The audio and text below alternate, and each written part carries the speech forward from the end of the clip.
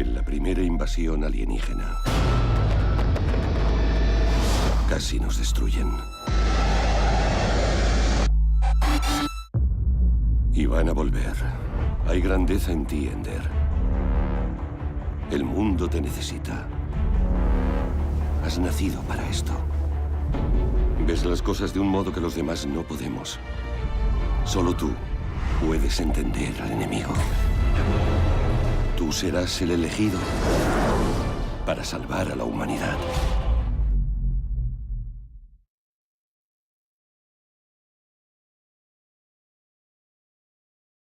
I think one of the things that I love about Ender's Game is that it really does two things that are great for a filmmaker. It gives us the opportunity to show big, exciting, beautiful visuals that are worth going to the cinema to see because they're on a big screen, big images of space, the battle room with the zero-gravity environment is very beautiful. But it's also, at its core, a profoundly intimate story. It's a story about a young man who's struggling to find his own moral identity. He has this capacity, like his older brother, for aggression, and he has this equal but opposite capacity like his sister for compassion and kindness. And he's torn between these emotions, and adults exploit part of his more aggressive nature in order to try and achieve a military objective. And at some point, he has to decide that he's not here to try and please adults. He has to take responsibility for his own position. And that's a journey that every one of us goes on at some point.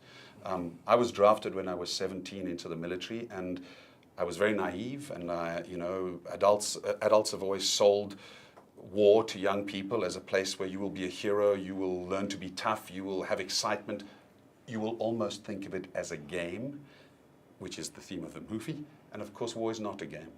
And war has very real emotional, psychological, physical consequences.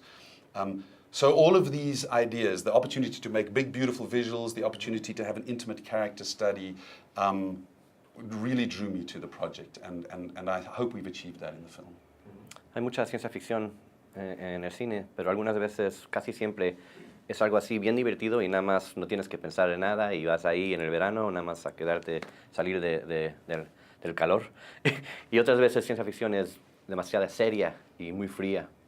Y esta película tiene los dos. Es una gran aventura, pero también cuando sales de esta película tienes algo que discutir, porque tiene temas complicados y grandes y importantes, sin perder, ya sabes, la visión del futuro y una aventura grandísima. Y es uno de los libros originales de la ciencia ficción, uno de los con más premios de quién sabe cuánto. Y en 84, cuando escribió este libro, y hasta más temprano de eso, que era una historia pequeña, tenía una pintura del futuro que nadie podía ver, que ahora está casi una realidad.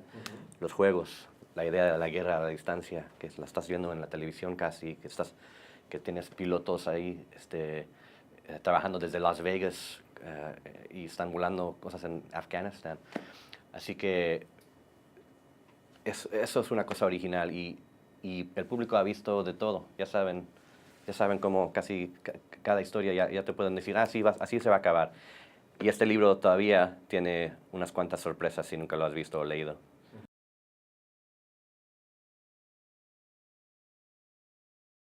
Sure. One of the important things in making this film is to make sure that the actors really feel like they're really in zero gravity, and that the technical aspects, the physics of moving in zero gravity is accurate. And so one of the things we did is we hired a great visual effects supervisor who had a master's degree from MIT in aeronautical engineering, Matthew Butler, great guy, and his roommate from MIT, who is a double PhD NASA astronaut, Greg Chamatov, who's been in space in zero gravity in the space station for 6 months. We brought these guys, put them with the kids, took the kids on a space camp for 6 weeks, put them with real astronauts, put them into real simulated zero gravity training, hired military training officers to teach them to march and salute and do push-ups and get the feeling of being in the military. We put them through training with Cirque du Soleil performers on wires so they could learn to be really graceful and move on wires. And all of this training before we started shooting meant that they really understood what they were doing in a physical sense, so that on the set I could concentrate with them on the emotional performance that was happening between the actors. Some of those emotional performances are happening when the kids are on wires. There's beautiful scenes between Asa Butterfield and Haley Steinfeld where they are floating through the air, through space in zero gravity in the battle room.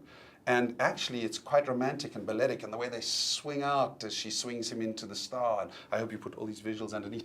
And then they have these wonderful moments of dialogue. But you have to understand, those actors were hanging in harnesses, which were quite uncomfortable. And because they were well trained in those harnesses and already understood the grace and the flow and the balance, they could concentrate on the emotional work that was really happening between them, as if they were really in a zero-gravity environment. I love those scenes. They're very beautiful, the zero-gravity scenes, but they came about only as a result of a lot of training for the actors, and then incredible work from the CGI artists in transitioning where the actor can no longer succeed in maintaining that feeling of zero-gravity, and you have to paint out the wires and then move into CGI bodies to continue that illusion of floating in space. Great artists on all sides, all coming together to make something that I think looks visually real but very beautiful.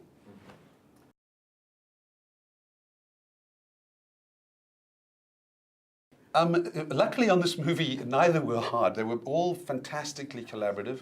Let me restate the question. Working on a movie like this with children and mature adults, experienced actors, I thought it would be quite a challenge, but actually the adults like Harrison Ford and Sir Ben Kingsley and Viola Davis are very generous actors. These are not actors who sort of are self-involved. They were very generous towards the younger actors, and we had a fantastically intelligent young cast with Asa Butterfield and Haley Steinfeld and so on. Very intelligent young actors. What we did do was we shot the film as far as possible in sequence, so that young Asa Butterfield, who grew 2 inches during the show and had to have his wardrobe adjusted because he was growing so fast, but it helped because he started out a little intimidated by Harrison Ford, a little frightened of Harrison Ford, and that was good for the movie. And by the end of the shoot, when he knew Harrison better, he was ready to fight him the way he does in the movie. And Harrison was wonderful at remaining a little detached, so as to keep the intimidation going, but also tremendously generous as an actor, always there for the young actors, no matter how long it took to get a scene. The senior actors were very, very kind to the younger actors. So we had a great time. The performers were fun to work with. Para mí la parte más difícil de trabajando con esos artistas como Sir Ben Kingsley o Harrison Ford es nada más no tenerles miedo. Te pueden espantar bien rápido y te lo pueden ver en los ojos si estás ahí y no le estás diciendo la verdad. Así que nada más te tienes que parar así, pararte derecho y decirle, ok, Harrison Ford, esto es lo que necesito. Yeah.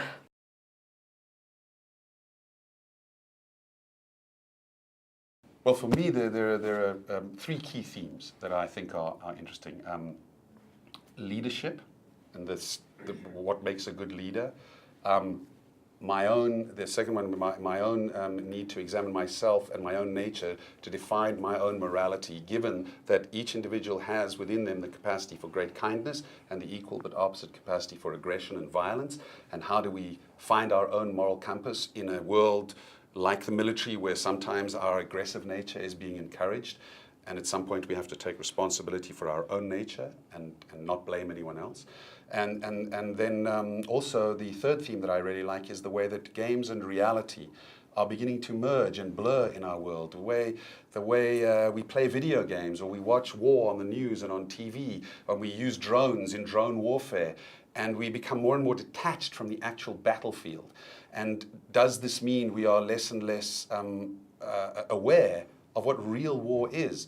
And when, as leaders, people who perhaps haven't got the experience of that visceral experience of war are making decisions, do they think it's a game?